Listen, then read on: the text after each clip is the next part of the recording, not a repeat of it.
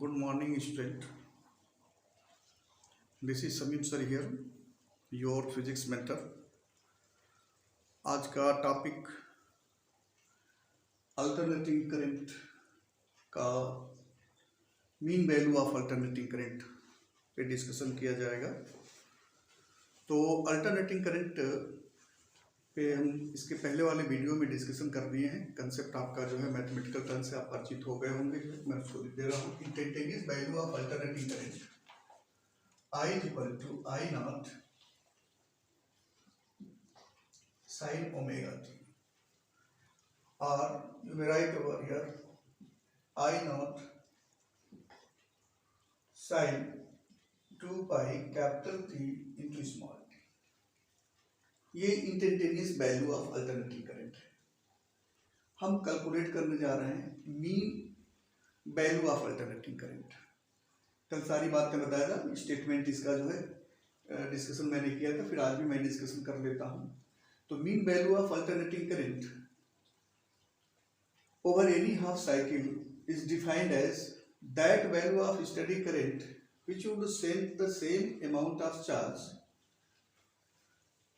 Through a circuit for a half cycle as sent by the AC through the same circuit in the same time.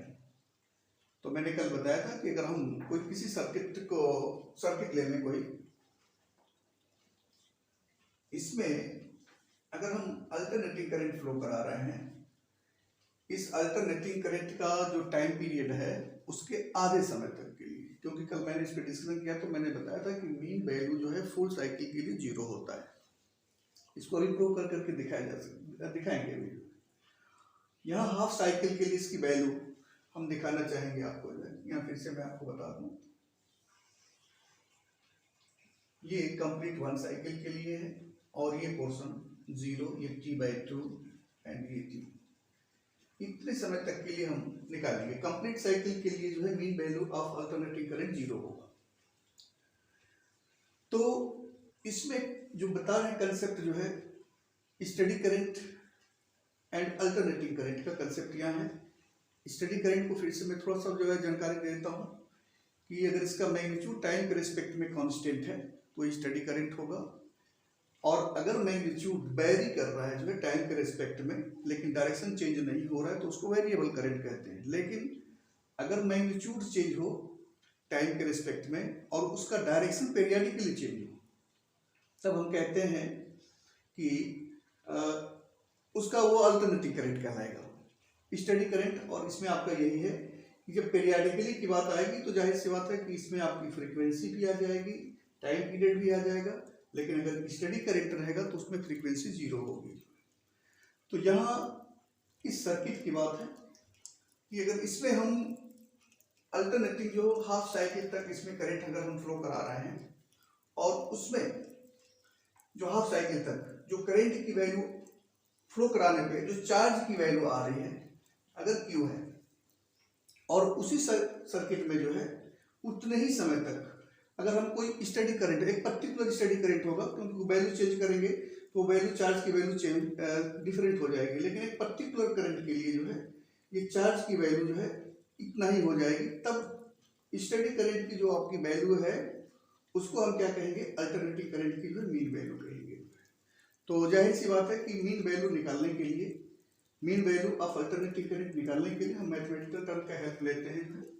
तो instantaneous value of alternating current over here I not sine omega T, और इसको आप change कर देंगे, derivation आप omega T से भी derive कर सकते हैं और sine 2 pi upon t into t से भी कर लेंगे जो है। तो फॉर्मूला हम जानते हैं, I mean is equal to integration of 0 to t/2। Full cycle के लिए वैल्यू 0 हो जाएगी, उसको भी मैं करके भी दिखा देता हूं। पहले इसको कर दिया जाए, I dt upon integration of 0 to t/2 dt। Value put कर देते हैं, t वाले फॉर्म का भी वैल्यू पुट कर लेंगे। अगर आप चाहेंगे तो ये लिमिट जो है ओमेगा के फॉर्म में चेंज कर करके जो है ये वैल्यू को पुट करके सिंप्लीफाई करेंगे, वैल्यू सेम आ जाएगी। 0 to t by 2 I naught sin 2 pi upon capital T into t whole divided by 0 to t by 2 into dt. This will be equal to 0 to t by 2 I naught को बाहर कर लेते हैं sin 2 pi upon capital T into small t। तो ये पूरी value omega है जो कांस्टेंट है। और यहाँ देखें, अब इसको इंटीग्रेट अगर आप करते हैं तो ये मिलेगा आपका। चलिए इसको मैं यहाँ से उसी चीज को रिपीट करके यहाँ कर लेता हूँ। तो इस वाले टर्म में आई नॉट, इसको इंटीग्रेट करेंगे तो साइन का क्या हो जाएगा आपका, कास होगा, और जो वैल्यू रहेगा उससे डिवाइड कर देंगे। तो ये कांस्टेंट वैल्यू है, इसमें ये वैल्यू जो है कांस्टेंट है तो कांस्टेंट से डिवाइड कर देंगे जो है। तो minus cos 2 pi upon t into t limit 0 to t by 2 whole divided by 2 pi upon t and limit, इसको अगर इंटीग्रेट करेंगे तो ये मिल जाएगा आपका t 0 to t by 2। इसको मैं लिख लेता हूं इधर, ये हो जाएगा आपका आई नॉट t ऊपर चला जाएगा, that is t upon 2 pi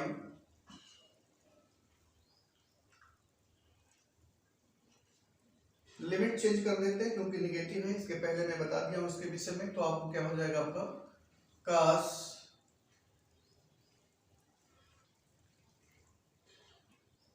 2 pi upon capital T into t by 2 to 0 and this one will be equal to t by 2 0. So this will be equal to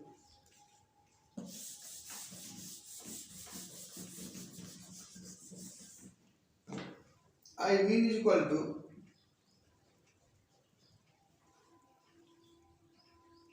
I naught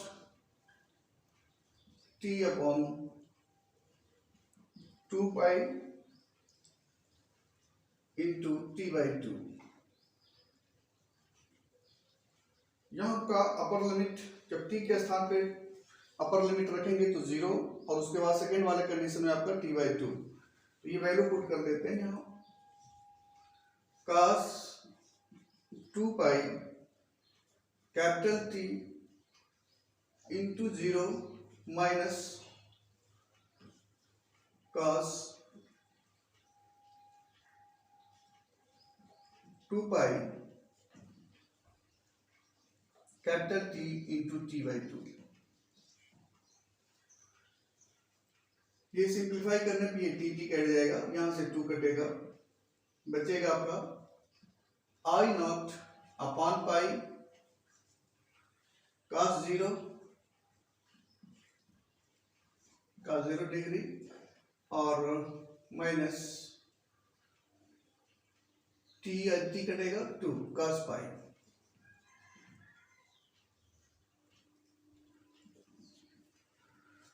So your value over here I naught value of cos 0 that is equal to 1 and value of cos pi that is equal to minus 1. So minus 1 and minus that will be equal to plus I naught pi 1 plus 1 that is equal to 2. This will be equal to 2 I naught upon pi. So this is the required expression for mean or average value of alternating current. And value of pi upon 2 upon pi is equal to 0.637. So after putting this value, so this will be equal to I mean is equal to 0.637 637 I naught. R in percentage, you may write over here. I mean equals to 63.7% of I naught.